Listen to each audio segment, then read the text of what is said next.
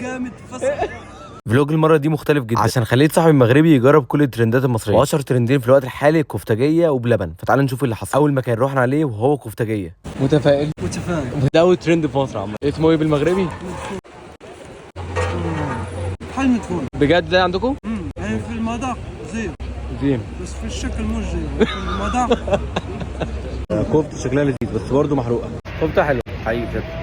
اهم حاجه يستاهل الترند. والله لذيذ، حجم حلو. حجم صغير.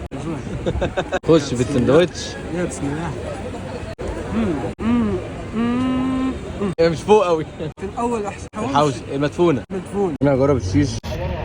بتروح كده في البق بتروح. خلصنا اول ترند، نروح لتاني ترند. بلبن. يلا وتاني مكان هو بلبن. ناخذ ولا نتنا وانت خذ نقص. اعطيني شويه نعطيك شويه. اول حاجه ده اول مره يطلع كده اقل من 20 دقيقه 30 دقيقه. والله يا بركه البركه. اول حاجه دي سلانكاتيه. عارف يعني ايه سلانكاتيه؟ من قتيل.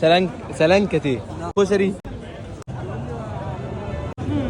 كيفاش كيقولها حلو في مصر؟ غنقولها بمغربيه، غنقولها بمغربيه. زوين زوين بزاف. جامد فشخ. جامد فصل. سلانكاتيه هي المفروض ان دي عباره عن لوتس وفي كيك من النص، دي برضه كنافه.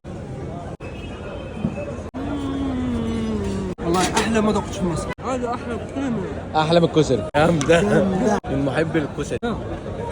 اول مره ما يكونش تقيل قوي. حلو قوي. مزيان.